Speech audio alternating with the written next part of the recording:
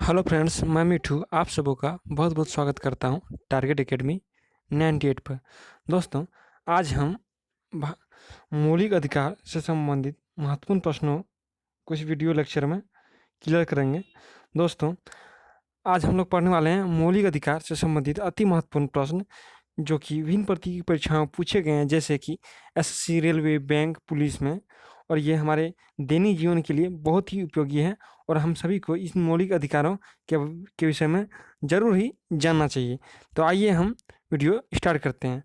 और सबसे पहले हम हमारे टारगेट एकेडमी 98 को सब्सक्राइब करना ना भूलें। जो भी चैनल पर नए हैं, टारगेट एकेडमी 98 को सब्सक्राइब जरूर कर लें और तथा बेल आइकन को ऑन कर लें, जिससे न्यू वीडियो के अपडेट आपको मिलते रहे। तो चलिए चलते हैं सवाल पर। हमारा पहला सवाल है, भारतीय संविधान के भाग 3 संबंधित है। ठीक है, भारतीय संविधान के भाग 3 संबंधित है। तो याद रखिएगा दोस्तों, भारतीय संविधान के भाग 3 किससे संबंधित है?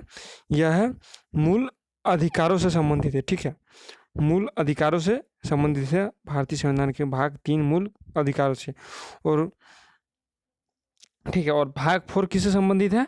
राज्य के नीति निर्देशक तत्वों से। ये क्या भाग 4 में है? ठीक है, भाग 4 में है राज्य के नीति निर्देशक तत्व। और मूल कर्तव्य किसमें है? अनुच्छेद 51 ए में है। ठीक है, मूल कर्तव्य किसमें है? अनुच्छेद 51 ए में है। नागरिकता का अधिकार किसमें? अनुच्छेद 5 से 11 तक नागरिकता का अधिकार में है। ठीक है, अनुच्छेद 5 से 11 तक नागरिकता का अधिकार दिया गया है। तो आइए देखते हैं फिर से। भारतीय संविधान का भाग 3 संबंधित है किससे संबंधित है? मूल अधिकारों से। अगर अदर ऑप्शन की चर्चा करें तो राज्य के नीति निर्देशक तत्व किससे संबंध का उल्लेख किसमें किया गया? भाग 4 में। ठीक है, मूल कर्तव्य किसमें दिया गया? भाग 4 के अंतर्गत अनुच्छेद 51 ए में। और नागरिकता का अधिकार किसमें दिया गया? अनुच्छेद 5 से 11 तक। तो चलिए चलते हैं नेक्स्ट सवाल पर। हमारा नेक्स्ट सवाल है, प्रारंभ में कितने मौलिक अधिकार दिए गए थे? तो याद रखिएगा दोस्तों, प्रारंभ में 7 मौलिक अधिकार दिए गए थे। ठीक है, प्रारंभ में कितने मौलिक अधिकार दिए गए थे? 7। और 44वां संविधान संशोधन के द्वारा 1978 में 44वां संविधान संशोधन के द्वारा संपत्ति के अधिकार को मौलिक अधिकार से हटा दिया गया था और उसे अनुच्छेद 301 के तहत कानूनी अधिकार बना दिया गया था। ठीक है, अनुच्छेद 301 के तहत क्या बना दिया गया था? कानूनी अधिकार। तो वर्तमान में हमारे पास कितने मौलिक अधिकार है? तो वर्तमान में 6 मौलिक अधिकार है। ठीक है, वर्तमान में 6 मौलिक अधिकार हैं। और प्रारंभ में कितने मौलिक अधिकार थे? तो 7। तो हमारा क्वेश्चन नंबर 2 का सही उत्तर होगा ऑप्शन बी 7। प्रारंभ में कितने मौलिक अधिकार दिए गए थे? 7 मौलिक अधिकार दिए गए थे। ठीक है, चलिए नेक्स्ट सवाल पे चलते हैं। हमारा नेक्स्ट सवाल है, तो चलिए मौलिक अधिकार के विषय में जान लेते हैं। 6 प्रकार के मौलिक अधिकार हैं, इसकी डिटेल से जानकारी है। 6 प्रकार के मौलिक अधिकार। ठीक है, तो पहला मौलिक अधिकार क्या है? ये पूछे जाने वाला सवाल है। समानता का अधिकार अनुच्छेद 14 से 18 तक है। फिर दूसरा है स्वतंत्रता का अधिकार अनुच्छेद 19 से 22 तक है। तीसरा शोषण के विरुद्ध अधिकार अनुच्छेद 23 से 24 तक है। चौथा धार्मिक स्वतंत्रता का अधिकार अनुच्छेद 25 से 28 तक है। किसी भी व्यक्ति को किसी भी धर्म को मानने की स्वतंत्रता है, किसी भी धर्म का प्रचार प्रसार कर सकते हैं।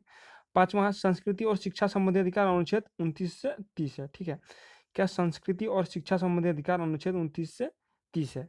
और छठा है हमारा संवैधानिक उपचारों का अधिकार अनुच्छेद 32। इसे डॉक्टर भीमराव अम्बेडकर ने हृदय संविधान के हृदय और आत्मा कहा है। ठीक है, अनुच्छेद 32 को हमारे डॉक्टर भीमराव अम्बेडकर ने इसे क्या कहा? संविधान के हृदय और आत्मा कहा है। ठीक है, समानता का अधिकार फिर से एक बार देख लेते हैं। समानता का अधिकार क्या? अनुच्छेद 14 से 18 तक। ठीक है, याद हो क्या होगा?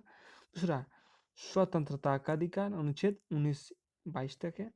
तीसरा शोषण के विरुद्ध अधिकार अनुच्छेद 23 से 24 तक है।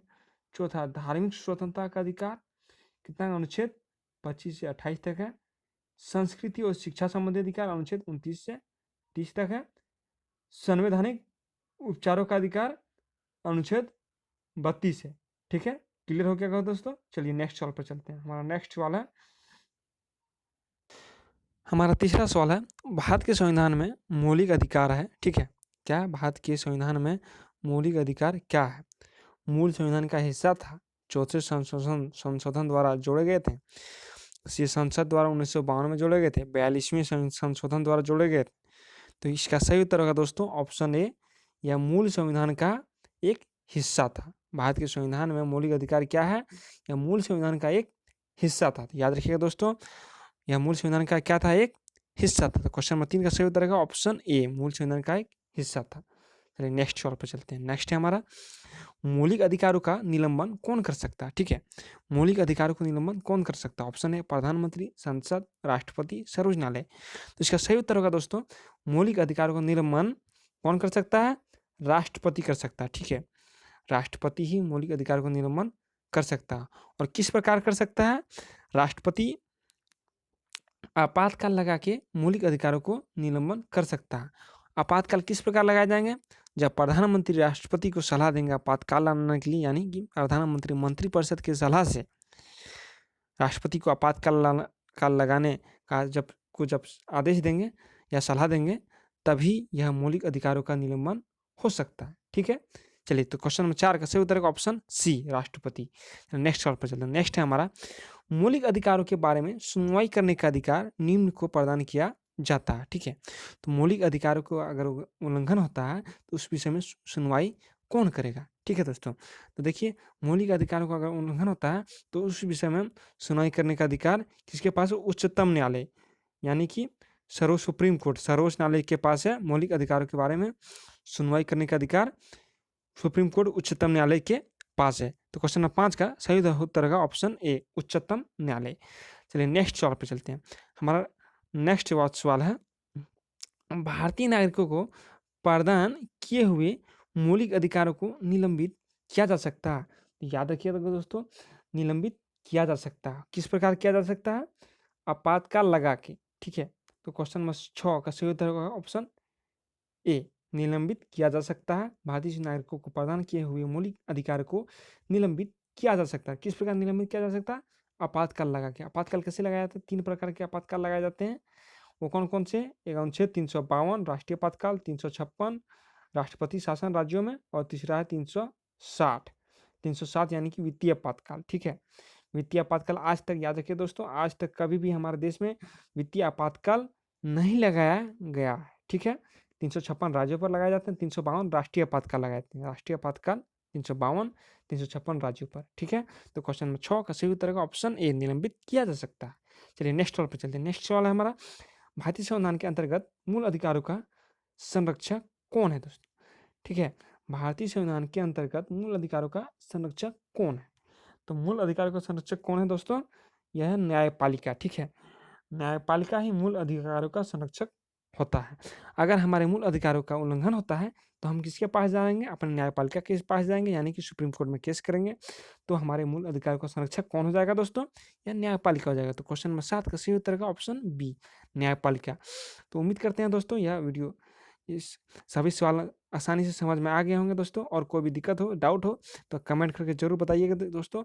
और इस वीडियो के विषय में कोई भी सुझाव हो तो हमें कमेंट करके जरूर अवगत कराएं दोस्तों।